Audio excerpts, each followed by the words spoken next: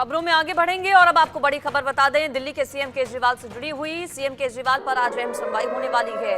केजरीवाल पर supreme court में आज एक बार फिर से सुनवाई है। सुप्रीम कोर्ट में गिरफ्तारी को लेकर याचिका जो दाखिल की गई थी उस पर सुनवाई है। दिल्ली हाईकोर्ट के फैसले को केजरीवाल ने चुनौती दी थी सुप्रीम कोर्ट में।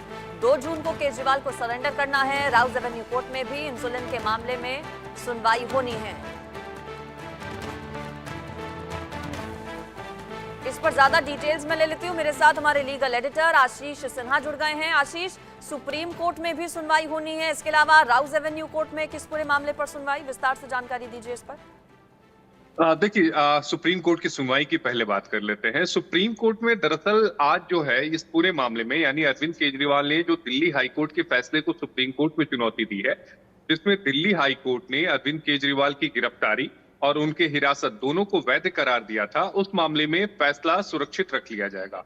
आज 10 पॉइंट के हिसाब से समझाता हूं कि आज क्या कुछ होगा। पहली बात, आज 45 मिनट तक इन्फोर्समेंट डायरेक्टरेट यानी ईडी को इस मामले में बहस करनी है। 6 घंटे इससे पहले ईडी इस मामले में बहस कर चुकी है।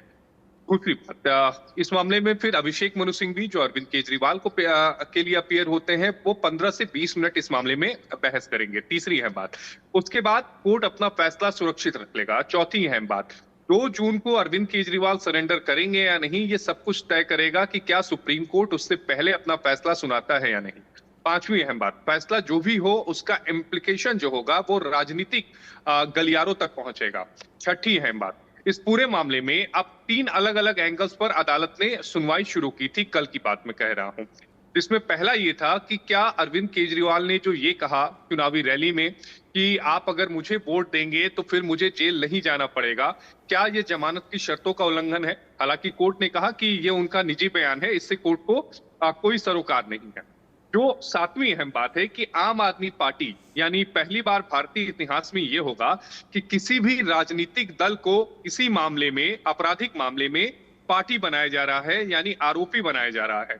8वीं अहम बात, आज की सुनवाई में यह भी क्लियर हो जाएगा कि अरविंद केजरीवाल के खिलाफ जो इन्फोर्समेंट डायरेक्टरेट है वो कब तक आरोप पत्र दाखिल कर रही है। 9वीं अहम बात, सूत्र ये बता रहे हैं कि 21 मई से पहले जो ईडी है वो अरविंद के खिलाफ जो अपनी चार्जशीट है वो दाखिल करेगी। और 10वीं अहम बात कि इस चार्जशीट में अरविंद केजरीवाल के साथ साथ आम आदमी पार्टी का भी नाम शामिल होना तय है। तो ये सप्लीमेंट्री चार्जशीट दाखिल होगी।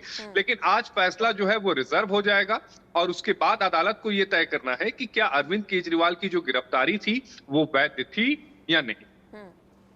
राउज एवेन्यू कोर्ट में भी एक मामले पर सुनवाई होनी है अरविंद केजरीवाल पर, वो क्या केस है? नहीं, देखिए, वो दरअसल इंसुलिन का मामला है। हालांकि अब तो वो इन्फेक्शियस हो गया है। वो इन्फेक्शियस इसलिए हो गया है क्योंकि अरविंद केजरीवाल इस समय जमानत पर बाहर है। उस समय की जो मेडिकल रिपोर्ट होगी वो राउज एवेन्यू कोर्ट में जरूर दाखिल की जाएगी। अब देखना ये होगा कि कोर्ट क्या इस पर फर्दर प्रोसीड करता है या नहीं है, क्योंकि कोर्ट को भी इस बात का पता है कि 2 जून को अरविंद केजरीवाल को सरेंडर करना है और उसी तिहाड़ जेल में जाएंगे।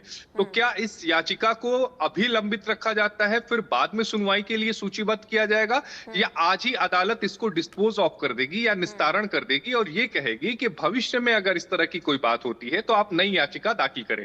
तो राउज एवेन्यू कोर्ट में कुछ बहुत बड़ा निकाल कर आएगा ये मुझे नहीं लगता, लेकिन हाँ, सुप्रीम कोर्ट में ईडी की तरफ से जो भी दलीलें दी जाएंगी वो जरूर बढ़ेंगी। चार्जशीट के आज ही, सप्लीमेंट्री चार्जशीट जिसका जिक्र आप कर रहे थे, कि आज ही ईडी की ओर से फाइल की जाएंगी और एक पूरी पार्टी को आरोपी बनाना, इसका भी मतलब समझाइए आशीष। नहीं, देखिए, जो चार्जशीट है वो 21 मई से पहले दाखिल की जाएगी। जो मेरे सूत्र हैं वो ये बता रहे हैं कि शनिवार या फिर सोमवार को जो ये आरोप पत्र है वो दिल्ली की राउज एवेन्यू कोर्ट में दाखिल किया जाएगा। आपने सवाल पूछा कि क्या किसी राजनीतिक पार्टी को जो आरोपी बनाया जा रहा है, तो देश के इतिहास में पहली बार ऐसा होगा कि किसी राजनीतिक पार्टी पर आपराधिक मुकदमा चलेगा। इससे पहले तमाम घोटाले हुए, तमाम तरह की बातें आई, कई नेता जेल गए, बड़े बड़े केसेस हुए, लेकिन कभी भी राजनीतिक पार्टी जो थी वो अदालत के कटघरे में नहीं थी। दरअसल इस मामले में जब मनीष सिसोदिया की जमानत की अर्जी पर सुनवाई हो रही थी, उस समय ही ईडी ने ये कहा था कि हम आम आदमी पार्टी को इस मामले में आरोपी बनाने पर विचार कर रहे हैं। फिर जब दिल्ली हाई कोर्ट में 3 दिन पहले सुनवाई हुई के कविता वाले मामले पर, तब ईडी ने खुलकर कहा कि हम इसमें आरोप पत्र दाखिल कर सकते हैं। लेकिन कल जब सुप्रीम कोर्ट में अरविंद केजरीवाल वाले मामले की सुनवाई हुई, तब ईडी ने खुलकर कहा कि हमारी चर्चा है जो उसमें पाइपलाइन में है, कुछ जी करेक्शन है वो कर रहे हैं और हम दाखिल कर देंगे। ठीक। तो ये तय मान के चलिए कि पार्टी को भी इस मामले में आरोपी बनाया चलिए जाएगा। ठीक है, आशीष आप बने रहिए, अगली खबर पर भी लेंगे आपसे जानकारी।